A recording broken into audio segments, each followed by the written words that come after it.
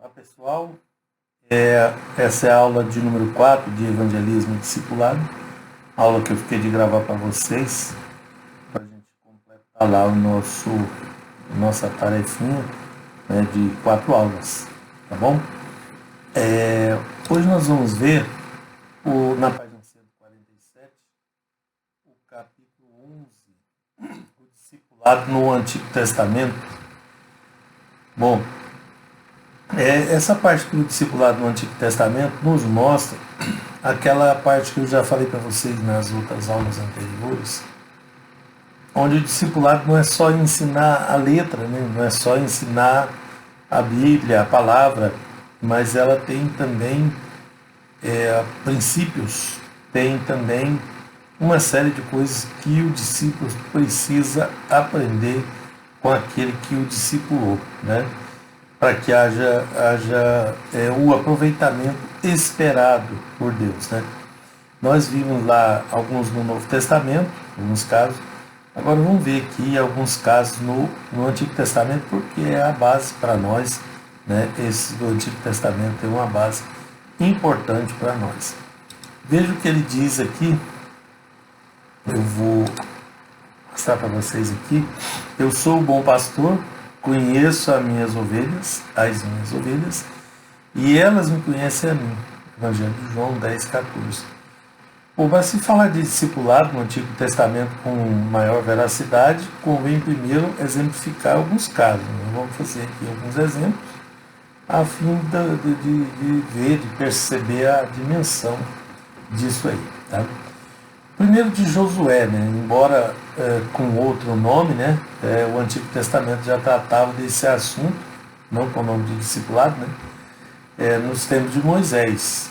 Chamava ele de servidor, mas era mesmo que o discípulo. Tá? Quando se observava o jovem, né? O jovem que não se apartava da tenda de Moisés. Né? Josué, como discípulo de Moisés, sempre acompanhava e permaneceu bem próximo, porque ele não se apartava da tenda, né? Ele estava sempre próximo de Moisés, procurando aprender ali as lições. Em outro texto, ele aparece também a expressão, olha só, servidor, né? Levantou-se Moisés com Josué, seu servidor, e subindo Moisés ao monte de Deus. Então, aqui ele usa o termo servidor, que é a mesma coisa de discipulado, de discípulo, tá? Para o Velho Testamento. Fica claro que o desempenho de Josué é como discípulo aí. E vê-se que Josué seguia à risca as ordenanças de Moisés, ilustrando a formação do discípulo do mundo antigo. Né? Bom, na página 148, um trechinho aí, ó, quando o ministério de Moisés findou, o Senhor não teve dificuldade em escolher o seu substituto. Então ele dá ordem a Josué, anima, fortalece, porque ele vai passar diante desse povo e o fará possuir a terra que apenas verás. Moisés ia apenas ver, mas Josué é que ia ser. Então Josué era o discípulo que estava sendo formado, que estava sendo discipulado por Moisés, e agora Deus já tinha ali o que fazer quando findou o ministério de Moisés, vamos dizer assim. Tá? Na página 149, vou deixando as páginas aí no alto para vocês verem, né? O discipulado de Samuel, né? Eli, foi interessante de Samuel, porque tem duas coisas a ser considerada aqui, né? Eli participou ativamente do discipulado de Samuel, né, conforme o texto relata, mas ele não participou do discipulado dos seus próprios filhos, tá? Então, Samuel, né, todo Israel, desde Dan até Bérseba, conheceu que Samuel estava confirmado como profeta do Senhor e continuou o Senhor a aparecer em Siló. Tá? Siló é onde estava a presença de Deus, onde estava a tenda ali no tempo de Samuel. Enquanto por sua palavra o Senhor se manifestava ali a Samuel. Né? Então Deus falava com Samuel ali. Naquela época, os homens não escutavam a Deus e ele não falava com muita frequência. Então aí está, o texto fala, né, e deixa claro que esse silêncio era uma forma de juízo, uma forma de Deus, né, punir aquele povo. E também está escrito que a profecia era rara naquele tempo, para que nós também possamos perceber o chamado de Samuel como o fim, né, do silêncio de Deus ali para o povo. Então, o Senhor havia dito que estava prestes a julgar a casa de Eli pela iniquidade que ele bem sabia. Pois os filhos de Eli, né, trouxeram maldição sobre si mesmos e ele não o repreendeu como deveria. Ele até repreendeu, mas não como deveria. Ele que tinha autoridade, ele que está, Eli, né, que estava com o cajado na mão, ele deveria agir e não o fez. Vocês têm que se lembrar que a culpa é sempre de quem dá a ordem, né? Então Deus julgou a casa de Eli. E Eli parecia, se você olhar bem ali, né, uma boa pessoa, um servo de Deus e tudo. Mas é nesse quesito que ele falhou, foi o que ele foi punido por Deus, vamos dizer assim. Samuel, você lembra da história, né? Samuel veio de outra região, né? Ele veio de Samaria, ali da região de Samaria, da região de Efraim, tá? Ele era dos filhos de José, de Efraim, né? E ele não era levita. No entanto, Samuel foi o levita que não era levita, né? Que era efraimita. Porque ele foi adotado por Eli, né? E ele trabalhou como sacerdote. Porque ele foi sacerdote, ele foi juiz e ele foi profeta de Deus, tá? A mensagem entregue a Samuel se concentrava mais no pecado de Eli do que dos seus filhos, né? Os filhos tinham feito o que era errado, mas o julgamento forte mesmo veio para Eli, tá? E veio através de Samuel, interessante, né? Que foi quem o discipulou. Na verdade, ele fez um bom trabalho discipulando Samuel. O que ele não fez foi com os próprios filhos. Mais especificamente, Deus revelou que estava julgando Eli e a sua casa porque ele conhecia os pecados dos seus filhos e que Eli nada fazia para impedir isso. Está na 150, como vocês estão vendo aí. Eli falhou no discipulado de seus filhos, mas participou ativamente no discipulado do jovem Samuel, que mais tarde, além de substituir o Eli, tornou-se profeta e também juiz em Israel. Todo Israel conheceu Samuel, que alcançou uma reputação nacional. Tá? Bom, então Eli é um caso diferente de que ele discipulou Samuel por causa dessas duas coisas. Tá? Daí vem o discipulado de Saul. Tá? Agora já é Samuel discipulando Saul. Bom, extraviou as jumentas, né, de Quis, o pai de Saul, e disse Quis a Saul, seu filho: toma agora contigo um dos moços, dispõe-se e vai procurar as jumentas. Vindo eles à terra de Zuf, né, em Efraim, que é bem a terra de Samuel, né, região de Samuel, e Saul disse para o seu moço com quem ele ia: vem e voltemos, não suceda que meu pai, moço, que suceda que meu pai deixe de se preocupar com as jumentas, né, e se aflige por causa de nós. Porém ele disse, né, o servo dele disse para ele: nessa cidade há um homem de Deus, e é muito estimado. Tudo quanto ele diz sucede.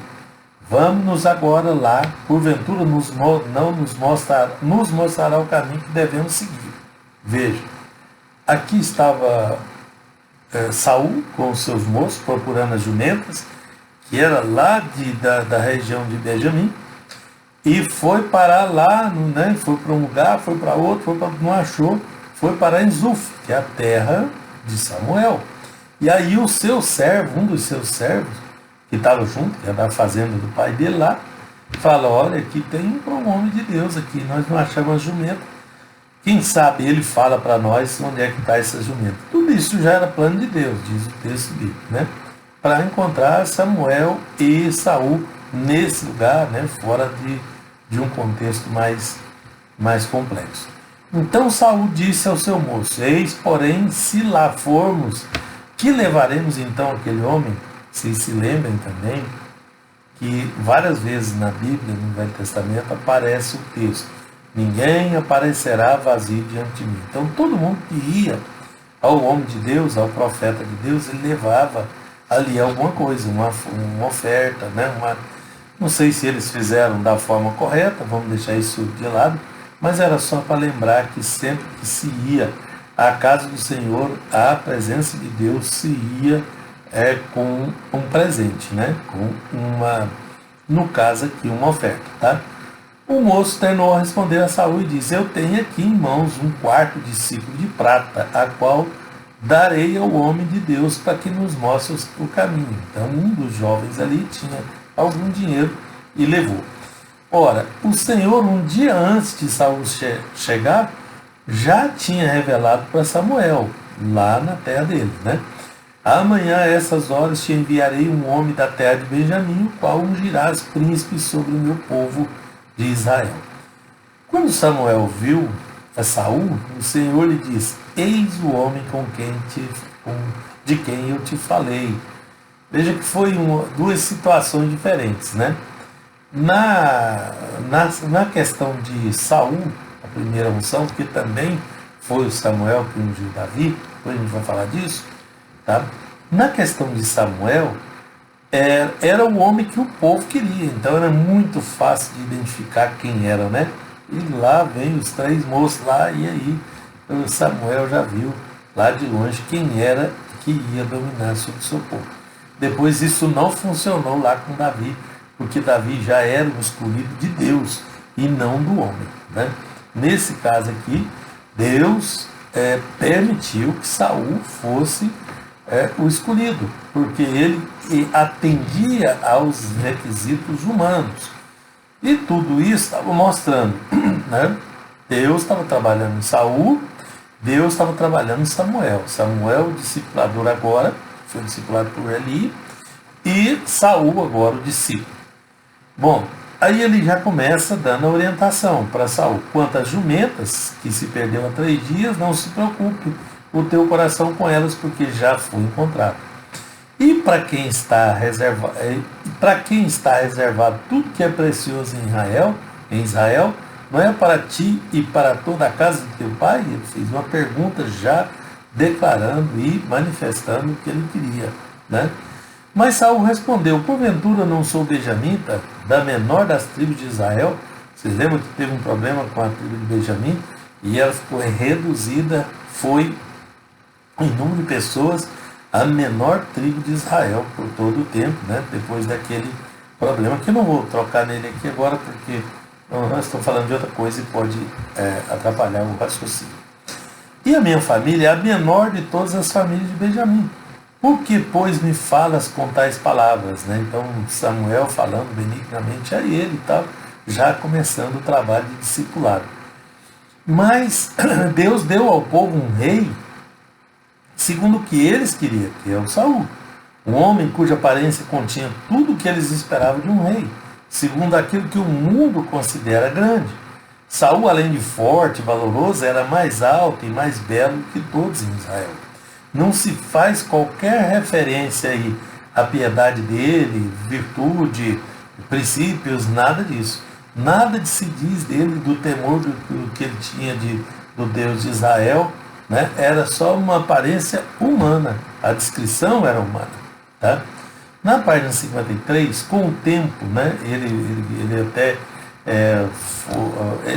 ia dirigir o povo de Israel, um povo com temor de Deus. Então ele tinha ali um pouco de humildade, ele sabia aquela coisa ali, e isso não foi citado lá, mas ele tinha. Mas com o tempo, ele foi se enchendo de si e perdeu a humildade, abriu a mão da confiança que ele tinha em Deus, né?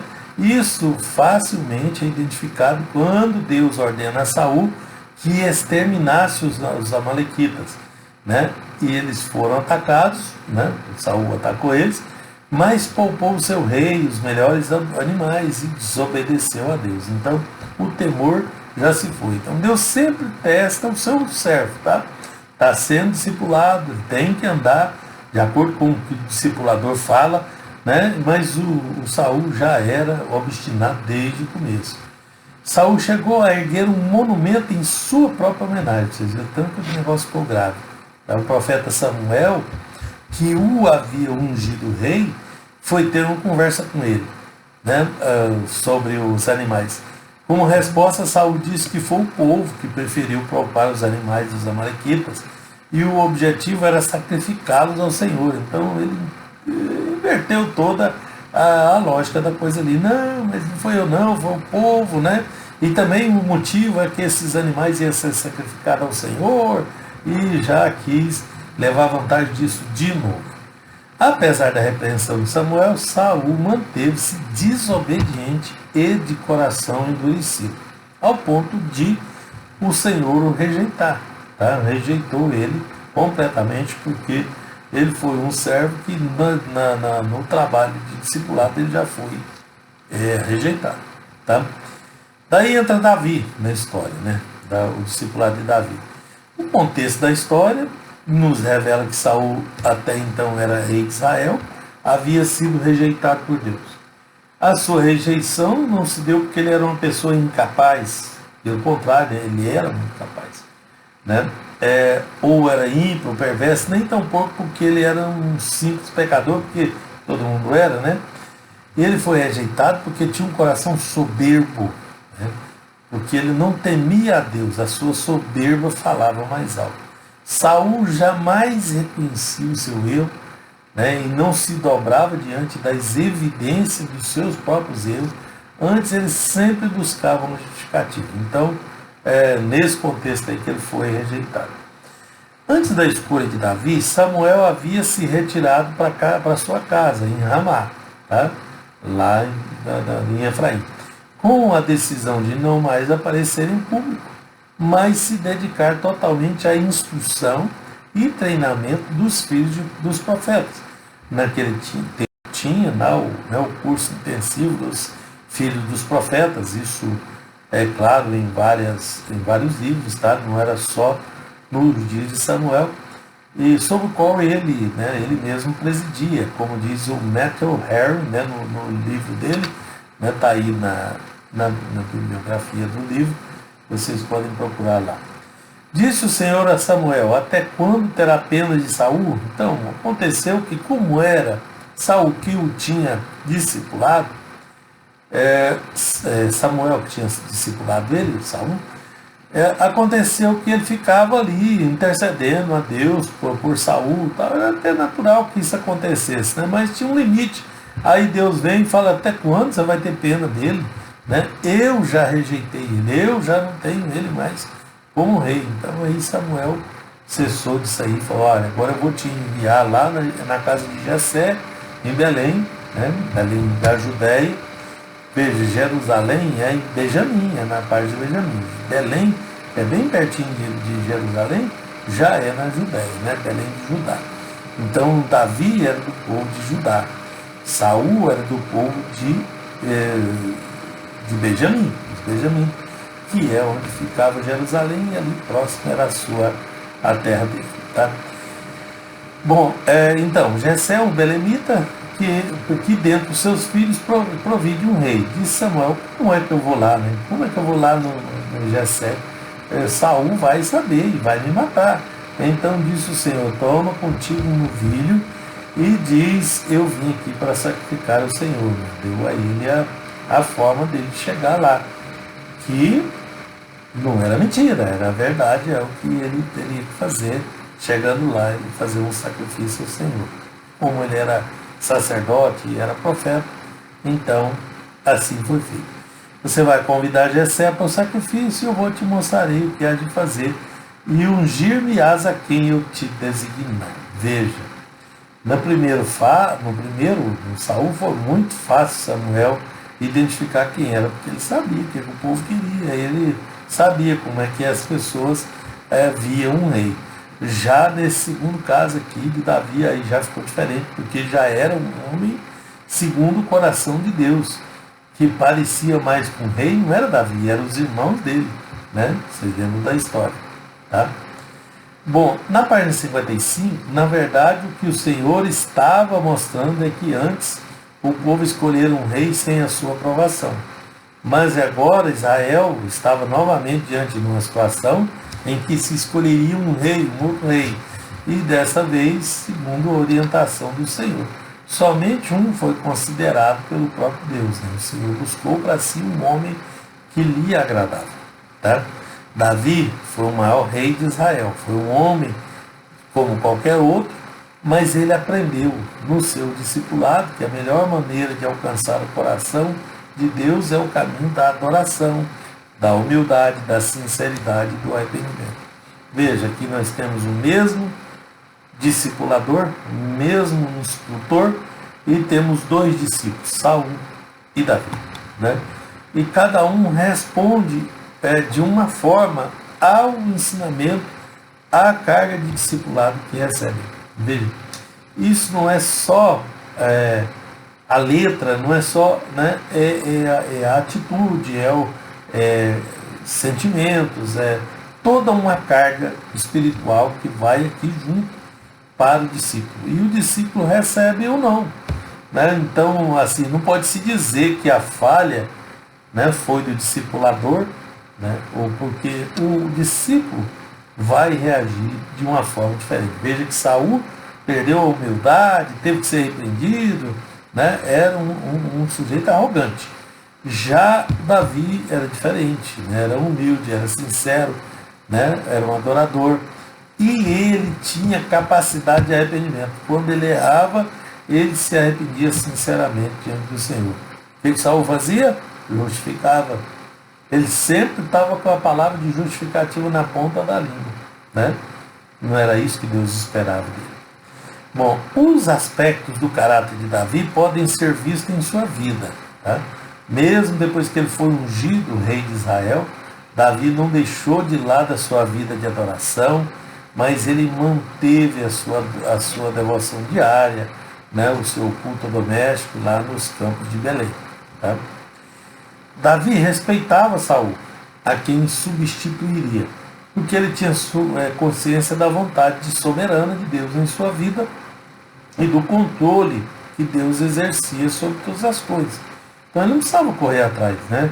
Se é de Deus, vai vir nele. Se Deus falou, Deus vai cumprir. Então ele não precisa ajudar Deus. Ele não tem que pôr a mão, né?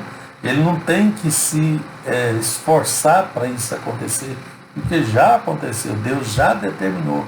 Então é só uma questão de confiança. Isso faz parte da prova, faz parte do discipulado. Né? Se o discípulo não entender que Deus é soberano, né? Que Ele, na hora certa, vai agir com todas as coisas, e aí a pessoa fica contrariando Deus, tentando entrar na frente, tentando ajudar Deus. Tá? Então isso é uma falha muito grande do discípulo. Tá? E, normalmente o discipulador ensina essas coisas. Né?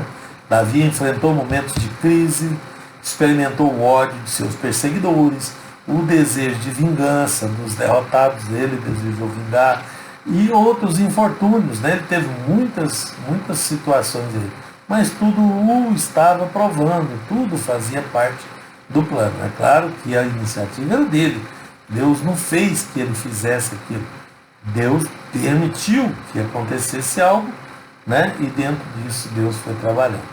Sem dúvida, conclui-se que Davi foi um dos maiores homens da Bíblia, e ele possuía grandes qualidades como humildade, sinceridade, né? E um coração voltado para Deus, que podia se arrepender. Até mesmo quando ele fracassou, ensinou a todos grandes lições de arrependimento, de sinceridade, de confissão e uma fé inabalável no perdão de Deus.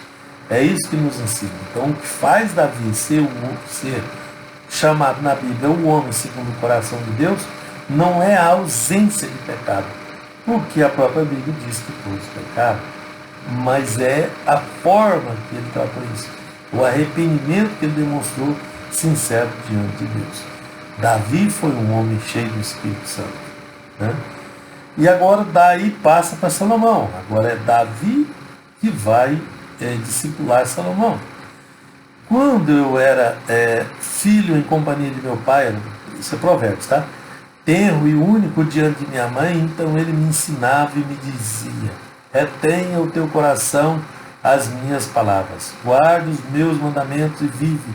Adquire sabedoria, adquire o entendimento e não te esqueça das palavras da minha boca, nem dela te apartes. Então estava aqui Davi ensinando o seu filho, seu jovem filho, Salomão, como é que ele deveria proceder. Então, primeiro se ensina na palavra, primeiro se ensina na Bíblia, depois nos princípios, na vivência, na forma de ser. Tá? Isso também faz parte do discipulado. É isso que eu queria deixar claro para vocês. A responsabilidade e as instruções que Davi deu a Salomão, seu filho, e sucessor manifesto, né, foi transmitida para ele. Ele recomenda que Salomão guarde os mandamentos de Deus, que ele tenha consciência do seu dever e orienta o filho que faça com que a sua vida seja dirigida pela vontade de Deus. O que Davi queria que Salomão fosse melhor que ele, né? Então o instruía com esse desejo. Então todo discipulador, ele sabe que ele é falho, ele reconhece as suas falhas, mas ele quer um discípulo melhor que ele. Então, por isso, ele se esforça para dar o melhor de si, para que o discípulo fique melhor. Né? Apesar que a própria Bíblia fala que o discípulo nunca é maior do que o seu discipulador. Por quê? Porque para ver o discípulo tem que ter o discipulador. Mas ele se esforça para ter o melhor possível. A recomendação que Davi lhe faz é para guardar a observância do Senhor teu Deus, né? Para guardar as palavras de Deus. Há muitas responsabilidades das quais somos encarregados pelo Senhor nosso Deus, nas quais prestaremos conta delas, né? De todas elas. Tá? Aqueles que guardavam a recomendação do Senhor seu Deus deveriam estar resolutos, pois isso os conduziria eficazmente à prosperidade do seu reino. Tá? Bom, o que nós vemos aqui, né, é que esse é o meio para que se prospere em tudo quanto se fizer e para ter sucesso e honra e satisfação em todo empreendimento. Então Deus quer que nós tenhamos sucesso, Ele faz questão que nós tenhamos sucesso. Devemos trabalhar de forma que cada um, em sua devida época, sucessivamente guarde a instrução de Deus, porque Ele sempre cumprirá a sua palavra. Então, isso é promessa de Deus, isso é a vontade de Deus para todos nós. Tá? A Bíblia conta que certa noite Salomão teve um sonho, né? E nele o Senhor disse: pede-me o que queres que eu te dê. Então Salomão, mesmo ainda bem jovem, demonstrou prudência admirável, pedindo a Deus que lhe desse sabedoria para governar. Né? Diz a Bíblia que Deus agradou-se tanto do pedido que, além de sabedoria, deu a Salomão tudo o que o homem pode querer: poder, riqueza, inteligência, glória e muitos anos de vida para aproveitar todas essas coisas. Conclui-se que a sabedoria é o instrumento capaz de garantir uma vida mais digna, de prover o bem-estar essencial para a felicidade do homem. Tá? Então, é necessário muita dedicação para conquistá-la e para torná-la nosso aliado nas batalhas do cotidiano, né? A sabedoria. Tá? Para ser sábio é necessário, antes de tudo, ser humilde. Tá? Apesar de receber tanta sabedoria do alto, somada às outras realizações humanas, Salomão não foi capaz de repassar com êxito os bons ensinamentos aos seus filhos. Então, pode ser o próprio filho que não recebeu, pode ser ele que não estava muito bem, porque o discipulador ele tem que estar bem com Deus para ensinar os princípios. Né? Então, no fim da sua vida, aconteceu alguns contratempos lá, mas não sabemos o que foi. Só sabemos que não aconteceu com os seus filhos o que deveria acontecer. Tá? Bom, temos mais casos. O caso de Eliseu, que foi discipulado por Elias, né? Enquanto houver vida, estamos sujeitos a problemas e crises, né? Nossa vida é desse jeito, né? Sempre vai ter crise. O caráter dos príncipes e do povo de Israel foi tal que se esperava que Deus rejeitasse um povo que o havia rejeitado. A história da humanidade, contudo, mostra evidências contrárias. Nunca Israel foi tão abençoado com um bom profeta como quando afligido por um mau rei. Então, te imaginava, não, se tem um mau rei, a coisa está difícil e tal, Deus vai rejeitar. Pois foi o contrário, né? Quando mais o povo estava numa situação difícil, aí Deus os contemplou, e agora com Elias, no caso, né? Jamais houve um profeta tão audacioso para reprovar e ameaçar como Elias, né? Então, primeira história de Elias, que discipulou Eliseu. De todos os profetas daquela época, somente ele, Elias, teve a honra de Enoque ao ser trasladado, de modo que não viu a morte, e a honra de Moisés, o grande profeta, de estar com o nosso Salvador em sua transfiguração.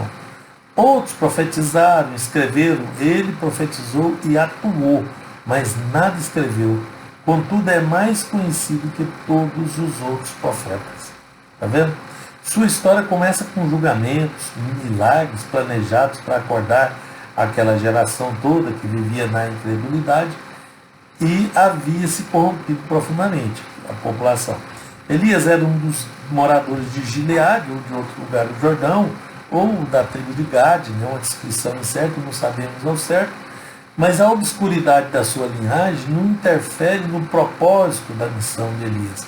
Nesse caso, aprende-se que o mais importante é saber quem é o homem e não de onde ele vem. Elias preveu que Israel seria punido, primeiro com uma dolorosa fome, por falta de chuva, devido às iniquidades daqueles que ali habitavam. Ele proclamou isso publicamente em alta voz ao rei Acabe. Elias orou seriamente para que não chovesse, demonstrando indignação frente à idolatria que Israel estava vivendo. Foi em meio a essa conturbada circunstância que Elias desafiou os profetas e videntes a invocarem os seus deuses para que chovesse, e depois que tivessem feito as suas orações, se não chovesse, então ele clamaria ao Deus vivo e a chuva cairia sobre Israel. Essa era a proposta dele. A pressão espiritual foi tão grande que Elias se viu obrigado a fugir e, durante a fuga, foi confrontado com várias situações. Muitos até julgam até hoje, mas foi uma pressão muito grande. A lição que se extrai dessa passagem aí é que os poderosos espiritualmente também enfrentam momentos de grande crise, de desespero. Elias chegou a pedir a morte. Em meio a toda essa turbulência, um jovem chamado Eliseu tornou-se discípulo de Elias. Então, vendo tudo isso, tornou-se discípulo de Elias, foi preparado por ele para ser o sucessor. Lembra que o preparo de Eliseu durou 11 anos, sendo que nesse período ele aprendeu a exercer o ministério profético e a viver como tal. Então ele viu os princípios que tinha em Elias. No final do discipulado, Eliseu recebeu porção dobrada do Espírito para exercer o seu ministério. Então, para isso, para que ele pudesse exercer o ministério, ele recebeu porção dobrada do que ele aprendeu com Elias. Tá? Bom, então vimos aí no Velho Testamento alguns discipuladores e discípulos, e o que precisa aprender. Então, olhando essas histórias, a gente tira os exemplos para as nossas vidas. Tá? Bom, e o discipulado na igreja de hoje? Foi, veja aí o juízo, foi também congregada a seus pais toda aquela geração, e outra geração após eles se levantou que não conhecia o Senhor, nem tampouco as obras que fizera Israel. Ao ler a Bíblia, o homem se depara com o questionamento do salmista. Ora, destruídos os fundamentos, o que poderá fazer o justo? Lembra que eu falei para vocês que discipulado ele tem que passar princípios, fundamentos, e o salmista Davi já falava lá atrás, né? Se destruir os fundamentos, se destruir a base, o que vai fazer o justo, né? Atualmente vivemos em um mundo conturbado, onde os fundamentos da ética, da moral estão abalados, né? E até doutrinários, e por que não dizer em alguns casos até destruídos. É neste contexto que se formula a pergunta: o que se deve fazer? Vós sois o sal da terra. Ora, se o sal vier a ser insípido, perder o seu poder de salgar, como lhe restaurará o sabor? Para nada mais presta, senão para ser lançado fora e pisado pelos homens. Vós sois a luz do mundo. Então, nós temos que fazer discípulos, nós temos que cumprir o ID, nós temos que continuar a obra que Deus tem para nós, a missão que nos foi dada. A igreja não pode ficar apática diante de tudo que acontece no mundo, pois a sua missão, que é o sal da terra e a luz do mundo, é influenciar, é ensinar, é modificar o ambiente. E isso a gente não faz agindo com as armas do mundo, né? Eu vejo muitos crentes aí, muitos pastores, muitos obreiros, preocupados com a política, se metendo no meio da política, e o trabalho que nós temos que fazer, o trabalho de discipular, o trabalho de levar a palavra de Deus e os princípios para as pessoas, vai ficando. Então, a forma de agir é que está errado, porque o nosso trabalho é ser sal da terra e luz do mundo. E só se consegue isso, né, através de atuação dos verdadeiros discípulos de Jesus, comprometidos em viver integralmente o Evangelho da Graça, né, o tempo todo. Esse é o caminho para que a igreja, né, para que ela possa vencer toda a corrupção do tempo que nós vivemos. O entendimento que muitos têm sobre a atuação do cristão é que os cristãos são conhecidos por ir à igreja, mas as Escrituras afirmam que eles não apenas frequentam a igreja, mas eles próprios são a igreja, né? E temos que ser a igreja. Onde o cristão verdadeiro estiver presente, ali está a igreja. E o crente, enquanto igreja, deve cumprir a missão designada e, portanto, fazer discípulo de todas as nações, batizando-os em nome do Pai, do Filho e do Espírito Santo, ensinando-os a guardar todas as coisas que vos tenho ordenado. E eis que estou convosco todos os dias até a consumação do século. Diante disso, o cristão pode se perguntar: por que o discipulado é tão importante para a igreja? O discipulado é de longe a ferramenta mais importante para preparar os crentes em Cristo para influenciar positivamente esse mundo perdido. Não existe outra maneira, né, da igreja crescer em qualidade e em quantidade, senão através do discipulado. É no discipulado que os novos convertidos são orientados para enfrentar os desafios do presente século, e é onde são treinados para o serviço do Mestre. Então, em primeiro estágio, eles são orientados, novos convertidos são orientados. E na continuação do trabalho de discipulado, são treinados para o serviço do Mestre. Hoje, o discipulado está muito reduzido a apenas repassar os princípios básicos do Evangelho, orientar ali os novos convertidos. E isso é muito pouco. O discipulado continua, né? É um treinamento, né? Veja que o de Eliseu durou 11 anos. Então, Jesus andou com seus discípulos aí por 3 anos e pouco, né? E é assim que é feito o discipulado, que era feito e que tem que ser feito, tá? Bom, aí entramos no discipulado cristão, né? Tendo-o encontrado, levou para Antioquia, e por 1 ano se reuniram naquela igreja e ensinaram numerosa multidão. Então, olha, aqui um discipulado aqui, ó, durou 1 ano. Em Antioquia foram os discípulos pela primeira vez chamados de cristãos. Um dos grandes pilares da reforma protestante, em meados do século XVI, defendido por Martinho Lutero, uma das 95 teses era que cada membro da igreja podia ouvir Deus, podia falar com Deus, podia ser usado por Deus, e não somente os líderes, não somente o clero. Fundamentado nessa ideia, pode-se entender com isso que cada membro de uma igreja deve ser um ministro de Deus, apto a servi-lo, da forma de recuperar a sã doutrina que Lutero falou, né? Porque eram os 5 solas e mais essa questão de ser uma pessoa que acessasse a Deus como sacerdote, uma nação sacerdotal. Tá? Então o trabalho sacerdotal acabou lá no Velho Testamento, mas continuamos agora porque o sacerdote é um mediador entre Deus e os homens. E nós, cada um, né, dos crentes, cada um dos cristãos é um sacerdote. Cada um dos cristãos pode entrar na presença de Deus. Cada um dos cristãos pode ser usado por Deus. E para encerrar, então, sendo assim, cada membro é um ministro, né?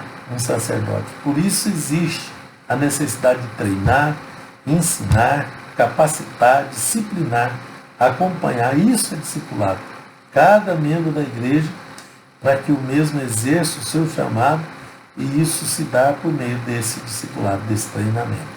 Dessa forma, cada membro do corpo de Cristo é um discípulo. E é isso que Deus espera de nós, né?